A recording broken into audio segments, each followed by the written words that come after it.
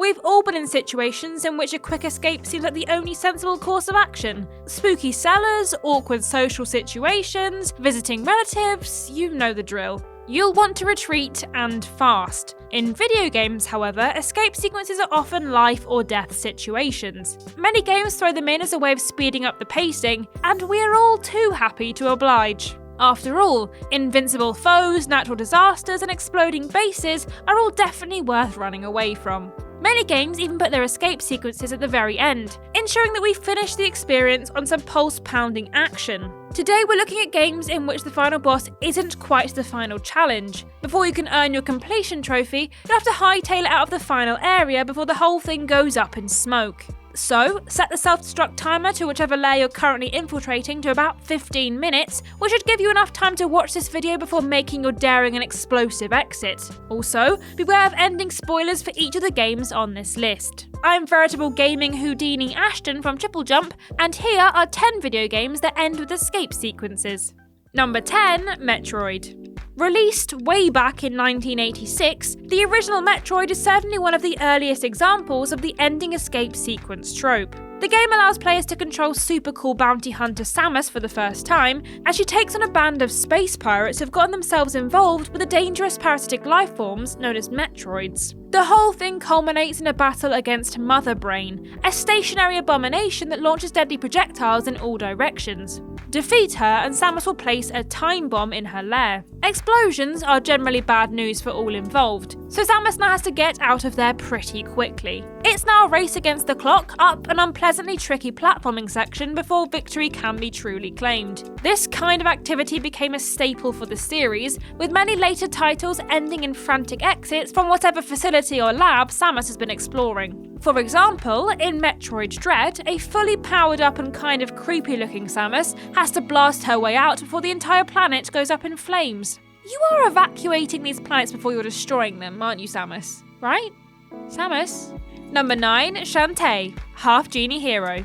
In Shantae Half-Genie Hero, WayForward's 2016 revival of the classic franchise, players take on the role of a magical young girl in a brightly coloured and delightfully bouncy platformer. Shantae must square off against the nefarious Captain Risky Boots as the purple-hued pirate threatens Scuttletown once again. In order to complete her quest, Shantae can whip enemies with her hair and can also learn belly dances that enable her to take various animal forms. She gets special powers from each animal form taken, which will help her progress through tricky areas and defeat intimidating bosses. None of that stuff will help in the final sequence though, which involves a frantic sliding escape from an exploding base, during which only quick reactions and constant vigilance will see you through. Avoid rolling obstacles and sudden drops as you slide or dangle ahead of an all-consuming wall of fire, escaping just in time for Shantae to be swept up by her bird-riding pal Sky. Shantae probably could have transformed into some kind of flying animal and not risked her friend's life, but that wouldn't have been quite as exciting. All about style, this Half-Genie. Number 8, Spider-Man. Spider-Man is pretty well equipped to escape exploding lairs, being able to use his web-slinging abilities to fly from wall to wall with quick evasiveness. He got the chance to show off his skills in this game, though things are a bit more complicated than a mere crumbling base. Spider-Man was released in 2000 for the PlayStation, before being ported to PC, Dreamcast and Nintendo 64. This action-adventure game features many heroes and villains from Spider-Man's periphery, and told the story of the popular arachnid boy being wrongly accused of stealing equipment from the supposedly reformed Dr. Octopus. Of course, Spider-Man is innocent, Doc Ock is faking the whole reformation thing, and many capers ensue, culminating in a getaway through an exploding base. The aforementioned complication? Our web-slinging heroes being pursued by carnage-fused Dr. Octopus, who is just as mobile and agile as Spider-Man and has a penchant for inhuman growls and roars. Spider-Man's spidey senses must have been going absolutely haywire at this point. Number 7, Medal of Honor Allied Assault.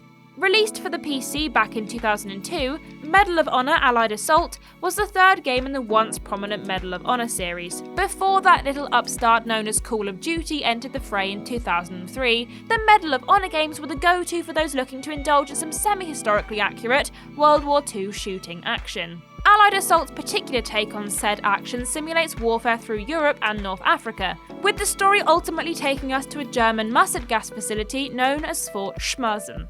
This probably goes without saying, but said facility needs destroying, and you're the person for the job. Discovering that the fort also doubles as a prison camp, players are tasked with storming it, freeing all the prisoners of war, and then levelling the place. How does one go about levelling a fort that produces mustard gas? Blowing a gas main, of course. Things get very fiery and explodey very quickly, so our protagonist has to make a quick exit before finally boarding a waiting train. It's not often that exploding gas mains make for a happy ending. Number 6. Bionic Commando. Bionic Commando was released for the NES in 1988 and featured action platforming gameplay in which protagonist Lad Spencer makes use of his high-tech bionic arm. This arm is able to extend and grab power-ups, grapple onto platforms, and swing Lad across dangerous drops. Sounds like the sort of thing that might come in handy during a heart-pounding escape sequence, actually. How lucky for Lad that he's on this list then. Once the disturbingly familiar-looking bad guy's escape chopper is destroyed and his head bursts in graphic fashion, it is indeed time to get moving. For unspecified reasons, the base goes into self-destruct mode and a 60-second timer starts ticking down. Lad must now use his bionically enhanced dexterity to get the heck out before the base explodes, which is not a word that I'm familiar with, but I assume it is bad. To make things even more dramatic, once Lad manages to finally escape, he's informed that his comrade Joe is still inside, and back he goes. Don't worry though, because Lad and Joe still manage to make it out at the last second, and you don't even have to play that bit. Lucky break there. I don't think I could have lived with myself if Joe had exploded. Number 5, Alundra 2, A New Legend Begins. Action role-playing game Alundra 2 A New Legend Begins was released for the PlayStation in 1999. This sequel to Alundra switched to a 3D graphical style and told a story mostly unrelated to the first game. However, while Alundra featured the old crumbling lair trope in its ending sequence as well, Alundra 2 makes this list because its escape sequence is actually playable. Throughout the game, protagonist Flint is chasing down the nefarious sorcerer Mephisto. Before the final confrontation, Mephisto takes off in a flying fortress type thing known as the Star Key. Now, since the final battle is on a flying fortress powered by the big bad's magic, I think you can predict how this is going to go. Sure enough, once Mephisto is defeated, the Star Key starts going down. Cue another head exploding, and then enjoy a timed escape as the Star Key plummets towards the sea. It all looks like it's going to end on a bit of a grisly note, but luckily Flint made friends with a dragon earlier in the game, and the big scaly boy swoops down for a timely escape. Friends are important, people! Dragon friends even more so! Number 4, Sonic Colors. Dr. Eggman is a pioneer in the field of overly complex and overblown plans for world domination, especially when you consider the world he wants to dominate seems to be inhabited mostly by harmless woodland creatures. Still, we wouldn't have him any other way, and his completely bonkers scheme in Sonic Colors is to take over the world using a gigantic mind-controlled space ray disguised as an amusement park. You can't say the man lacks imagination. In 2010's Sonic Colors, you're invited to once again step into the speedy red sneakers of Sonic the Hedgehog as he embarks on another adventure to thwart the Mad Doctor's plans. You will run and leap through the various sections of the Interstellar amusement park while freeing the Wisps, alien creatures that Eggman is using to power his space ray. Once the Wisps are saved, Eggman fires the mind control beam anyway, but the whole thing malfunctions spectacularly, meaning that it's time for Sonic to make a quick exit. As such, the entire final act is a high-speed escape from a disintegrating space station while a looming purple ball of destruction follows close behind. Still, if there's any character in gaming that can outrun an explosion, it's Sonic. So really, there's no actual danger and nothing to worry about. Wait! The explosion catches him! Sonic, you've disappointed me! You haven't been skipping leg day, have you?